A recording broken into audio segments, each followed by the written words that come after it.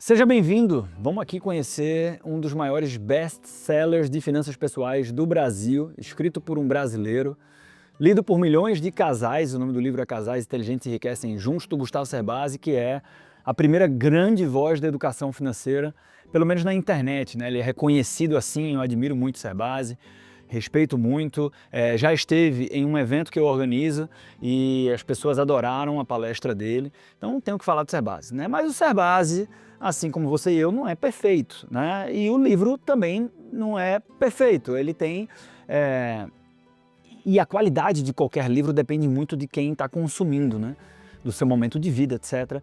Então a gente tem um clube do livro aqui na ED, onde eu leio na íntegra e comento os livros, e esse comentário ele é muito rico, né? Porque a gente vai realmente trazendo opiniões fortes, sobretudo quando são livros de finanças pessoais ou de investimentos, dizendo o seguinte: olha, na minha perspectiva de mundo isso aqui não funciona. Olha, o autor tal, que também é um cara muito respeitado, ele tem uma opinião diferente, etc. E aí, lemos o Casal Inteligentes Enriquecem Juntos e, a pedidos, eu trouxe esse vídeo para cá, né? Tem partes do livro que eu acho que é realmente, genuinamente bom. E outras partes que eu entendo que ele acaba gerando alguma frustração para o leitor, por ou ser raso, ou porque o livro ele foi muito divulgado e o título carrega esse peso de ser para casal, mas na verdade ele tem um início ali que ele fala um pouco sobre casais e depois ele vira mais um manual de finanças pessoais. E um último comentário também é que tem a ver com isso, né? O livro é Casais Inteligentes Enriquecem Juntos e eu concordo com essa afirmativa. Inclusive quero deixar um beijo para minha esposa Caroline. No final do dia, casais inteligentes enriquecem juntos, casais inteligentes eles cuidam da saúde juntos, casais inteligentes formam uma família bonita juntos. Não tem nada novo sob o sol, tá? Mas parece novo porque esse tema é tabu para muita gente e muitos casais não tocam no assunto. E aí é uma das grandes contribuições do livro. Vamos chegar lá e é exatamente isso que eu vou fazer, né? Eu vou ser bem honesto aqui sobre os dois lados possíveis. Então eu vou falar sobre os aspectos mais positivos, né, que me chamaram a atenção, e os aspectos que eu particularmente não gostei tanto na obra Casais Inteligentes Enriquecem Juntos.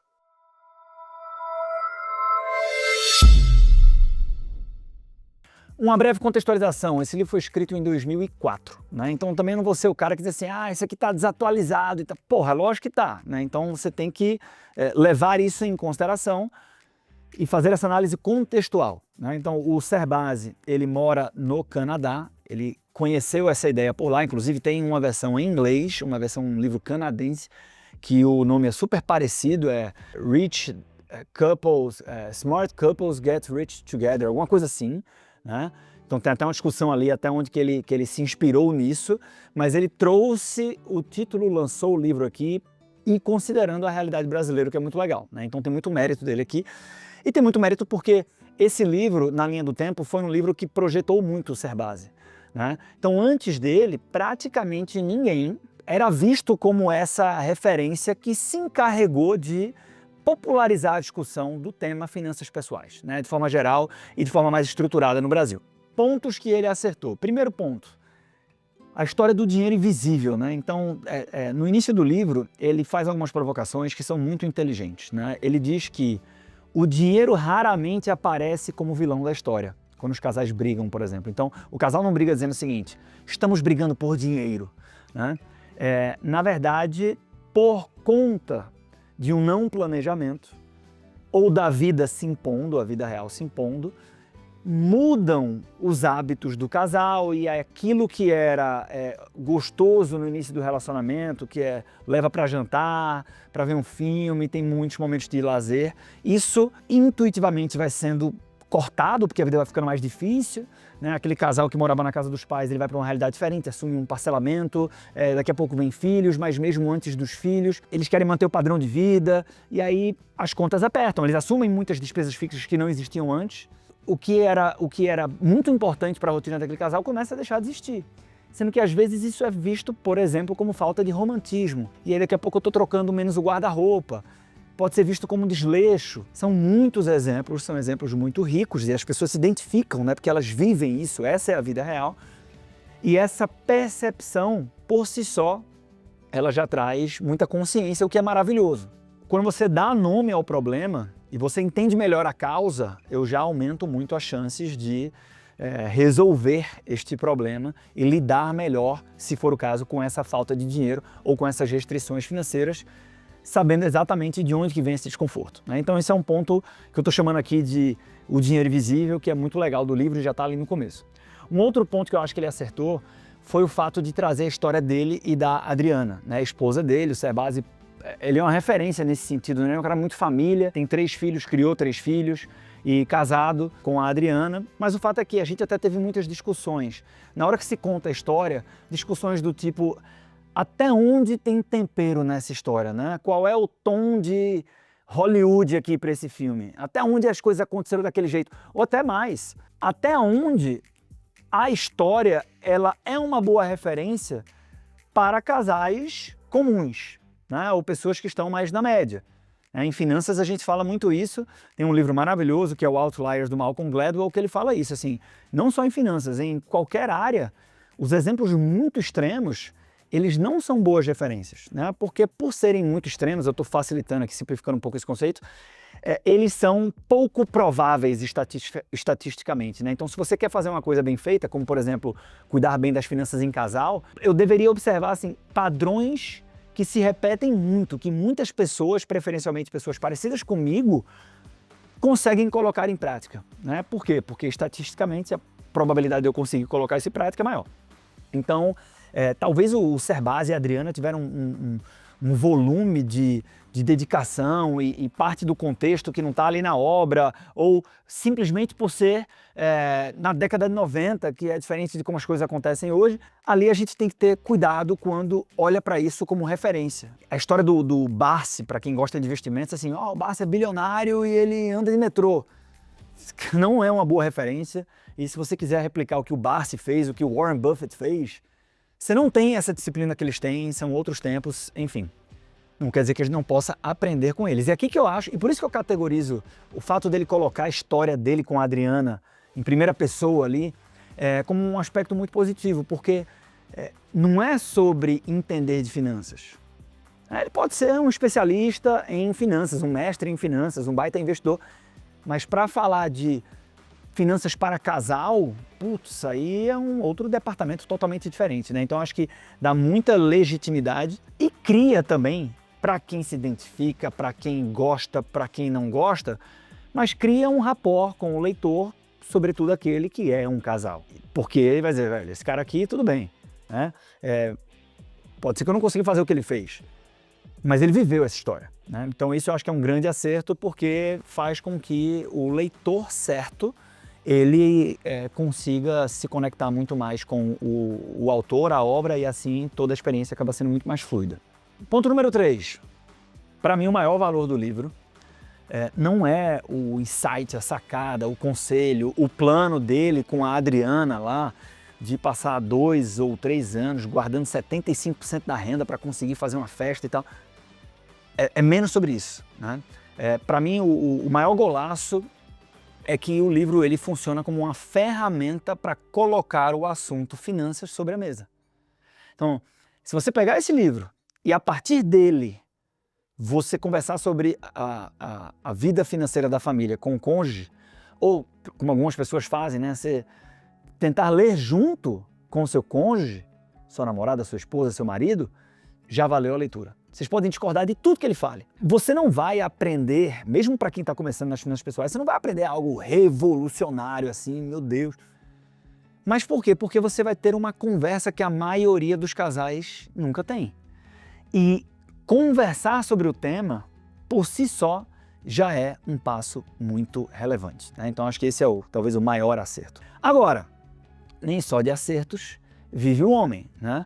Por mais que eu tenha uma profunda admiração pelo Cerbasi, como eu falei, né, ele não é perfeito, eu não sou, você não é. Então, num espírito muito sincero, como a gente faz lá no Clube do Livro, eu vou trazer aqui os pontos que me incomodaram um pouco mais, né? O que eu vou colocar aqui, que são erros, né, do meu ponto de vista, deixando isso bem claro aqui. Então, o primeiro, tem uma parte legal ali no começo do livro, que é uma parte importante do livro, né, que é o início para engajar a leitura e tudo, que é o horóscopo financeiro dos casais. Aí ele pega um capítulo onde ele vai classificando as pessoas a depender do seu perfil, né? Então, o Serbasi ele classifica as pessoas em perfis específicos, lá são 5 perfis financeiros, dizendo que você é gastador, controlado, descontrolado, poupador, enfim, tem 5 tipos específicos de perfis financeiros. Depois ele pega e monta um horóscopo financeiro dos casais, que ele cruza os vários perfis, 2 pessoas poupadoras, uma pessoa poupadora com outra financista, não sei o quê. E diz o que é que você deve esperar desse relacionamento e o que é que você tem que fazer se você tiver, porque tem uma situação de risco quando você está com uma pessoa que é gastadora e tal. Toda essa discussão de horóscopo com perfil, com cruzamento, etc., isso pode ser legal, sabe aquela leitura que passa rápido, né? Então, ok, eu entendo isso, mas na vida real não serve de nada. Toda essa parte do livro, para mim, ela poderia não ter, né? Em substituição ao quê? Pô, não sou o Serbasi, não sou o autor. Mas no limite, se simplesmente tirasse isso, né, a obra para mim melhoraria. Então, para mim, isso aqui é um ponto que mereceria ajuste ou exclusão, tá? Então vou colocar do lado dos erros aqui. Ponto número 2. Serbasi, quando ele começa a fugir um pouco do território dele, né? Então isso é um pouco da parte ruim das abordagens mais genéricas, que é o que acaba acontecendo no livro. Ele fala de crédito, investimentos, orçamento, comportamento, horóscopo financeiro e tal, não sei o quê. E aí alguns trechos do livro acabam incomodando um pouco nesse sentido, né? Então tem um momento lá que ele está falando de investimentos no longo prazo, e aí essa parte eu vou até reproduzir aqui com fidelidade, sem entender o que é que me incomodou. Obter algo em torno de 1% ao mês no mercado de ações é possível com estratégias relativamente simples. Basta adquirir certa experiência, acompanhar as notícias e acreditar nas empresas mais sólidas, comprando ações, sobretudo quando estiverem baratas, né? Então veja, o que é que me incomoda aqui, né? Não é porque alguém poderia dizer o seguinte: mas você está achando que 1% é muito ou pouco e era outra época. Você não acabou de falar que a análise tem que ser contextual? Não é disso que eu estou falando, né? O problema não é aí. O problema é que não é relativamente simples. Não é. Eu vou pegar de novo aqui. Obter algo em torno de 1% ao mês no mercado de ações é possível, né? Possível é, com estratégias relativamente simples. Muito cuidado nisso, até já fui esse cara, né? É muito simples, 20 minutos por mês você vai ter esse método aqui, você seleciona ações, você compra e serão boas ações de forma diversificada, comprando com margem de segurança, ao longo do tempo você vai empilhar retorno. Não é tão simples assim, infelizmente não é tão simples assim. Basta adquirir certa experiência. Que experiência? Basta adquirir experiência, né? Como é que faz para adquirir experiência assim? Basta adquirir certa experiência. Acompanhar as notícias, a quantidade de livros e de caras ultra respeitados e de pesquisas. E aqui eu estou falando de John Bogle, por exemplo, falando de pesquisas. Os livros dos grandes caras das finanças comportamentais, como Dan Ariely, Daniel Kahneman, como Richard Thaler, Terence Oudin, esses caras evidenciam lá com pesquisa que acompanhar a notícia atrapalha muito o investidor. E acreditar nas empresas mais sólidas. É óbvio que existem atalhos de percepção, mas o problema é esse, né? Quando eu invisto em empresas e eu, sobretudo, estou começando nessa jornada, eu não sei quais são as mais sólidas, né? Aí alguém vai dizer, mas aí você tem os indicadores fundamentalistas, você pode se envolver com a companhia, ler tudo que tem na área de relacionamento com o investidor, acompanhar os calls de resultado e tal. Mas as pessoas normais não têm esse tempo à disposição, né? E ainda assim, é renda variável, comprando ações, sobretudo quando estiverem baratas. O problema é esse, quando é que está barato? Toda vez que você comprar uma ação achando que está barato, tem outra pessoa comprando em você, provavelmente essa pessoa, vendendo para você, provavelmente essa pessoa tem uma opinião diferente. Então não é relativamente simples. O livro tem vários trechos com conteúdos de coisas que, como essa, soam bem, que fazem sentido de forma isolada, mas que são muito difíceis de funcionar para pessoas comuns na vida real.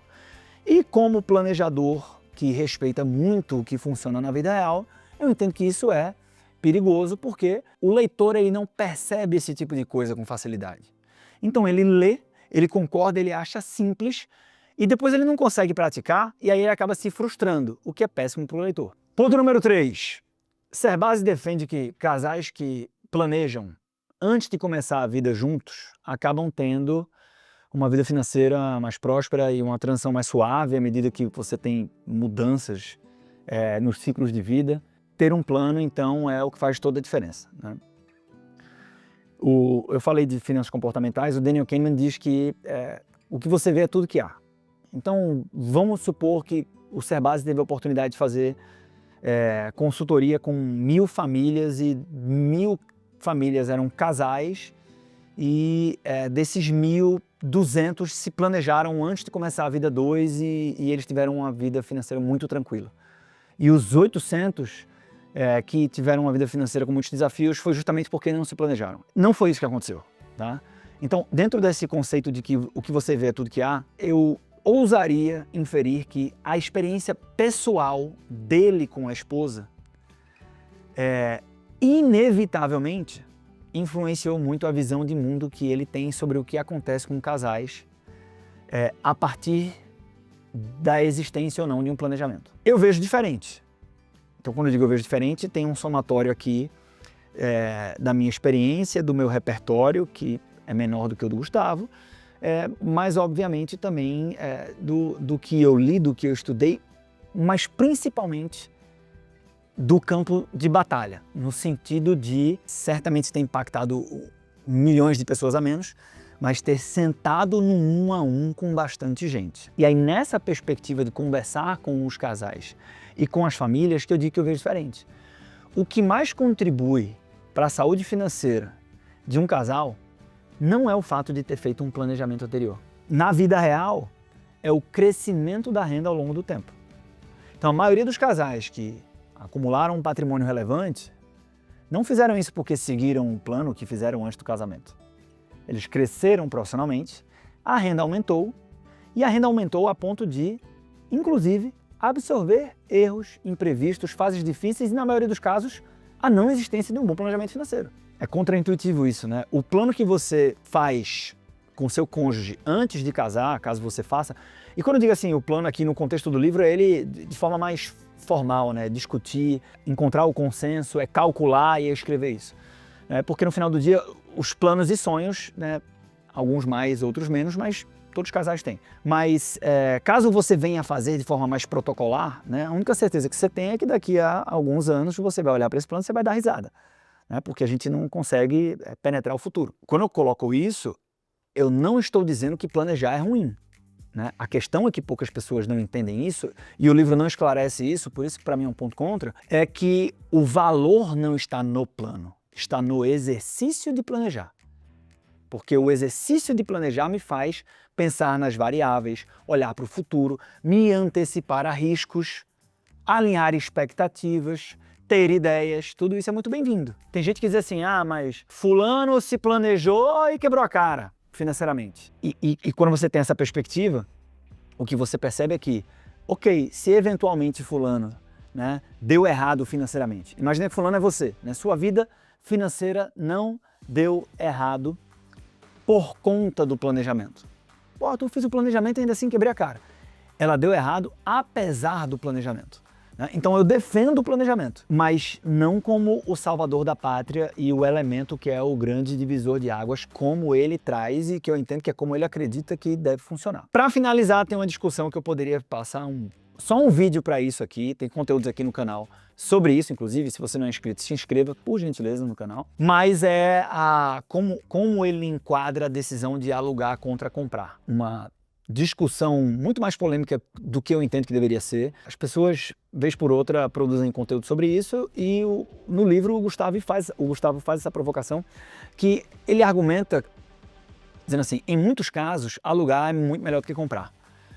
Então, conceitualmente, e aí, matematicamente, não está errado, mas quando eu olho nessa equação e incluo nela a questão comportamental, aí vira um argumento que não para de pé. O que eu gosto, e por que não para de pé? Porque na vida real, se você puder comprar, a conta é, pô, você vai comprar, você juntou 300 mil reais, né? Então você pode dar isso de entrada ou alugar um imóvel e você vai pegar a diferença aqui que você pagaria e vai reinvestir esse dinheiro e tal. Mas na vida real não é assim que funciona. Na vida real, se você for alugar, o cara vai tentar alugar e nessa decisão de alugar um imóvel vem a emoção junto. Se ele vai comprar, ele tem mais acesso a crédito, ele vai comprar um imóvel maior do que o imóvel que ele poderia ter, né? E quando a gente compara a compra à vista contra o aluguel, aí que acabou, porque isso parte de um pressuposto que a pessoa, você pega esse dinheiro e deixa investido por 20 anos.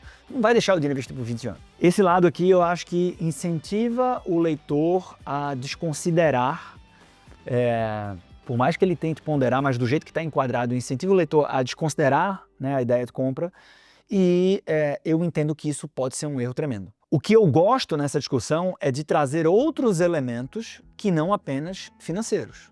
O casal está no início da jornada ali, o tamanho da casa que vocês vão querer não é esse, porque virão filhos, vocês estão no início da jornada profissional, talvez tenham mudanças de cidade e tal. Será que nessa perspectiva, apesar do sonho de comprar um imóvel, não faz sentido alugar para ter mais flexibilidade e tal? Esses são temas muito legais, né? Então, de forma geral, eu desgosto mais do que gosto a forma como ele aborda o tema, mas esse é um meio a meio, tá? Tem pontos e provocações muito legais ali. Conclusão, ficou mais longo do que eu esperava, mas eu espero que você tenha curtido aqui, sobretudo se você olhou para esse resumo como um termômetro para ler o livro. E aí eu vou fechar respondendo essa pergunta. Você deveria ler esse livro aqui, Casais Inteligentes Se Enriquecem Juntos? Se você gosta da ideia, né, de embalar finanças pessoais como um conteúdo para casais, e principalmente se você está começando a se educar financeiramente, pode ser uma boa opção. Se você já se considera um pouco mais avançado ou avançada, na minha humilde opinião, eu acredito que nós temos várias outras opções que recompensam melhor o tempo de leitura, né? Do lado positivo, acho que a grande mensagem é que ele acerta onde, para mim, é mais importante, nem sei se era o objetivo dele, mas que é ajudar o casal a levar o assunto dinheiro para a mesa de jantar, né? A conversar mais sobre dinheiro, se possível de uma forma leve. E onde ele peca um pouco na profundidade das soluções e o enquadramento de algumas discussões. Se você quiser ler esse livro sem esforço, no seu tempo morto, né, na academia, no trânsito, o Clube do Livro está aí para isso. Então, vou colocar o link aqui na descrição, você clica e todos os episódios lá do livro Casais Inteligentes Se Enriquecem Juntos estão lidos na íntegra, mas não apenas isso, também comentados. E foi um livro que, apesar dessas opiniões aqui, como tem muitos temas que são do cotidiano nosso, de casais, de clientes, ele foi muito gostoso porque teve muito papo. Eu e o Bruno, que é o diretor do podcast, que está sempre junto comigo nas leituras, a gente falou de vários temas que são importantes não só para casais, mas para famílias, né, em temas que envolvem dinheiro. Espero que você tenha gostado desse conteúdo. Até o próximo vídeo. Se não está inscrito no canal, a hora é essa. E a gente se encontra lá no Clube do Livro. Vou ficar na torcida.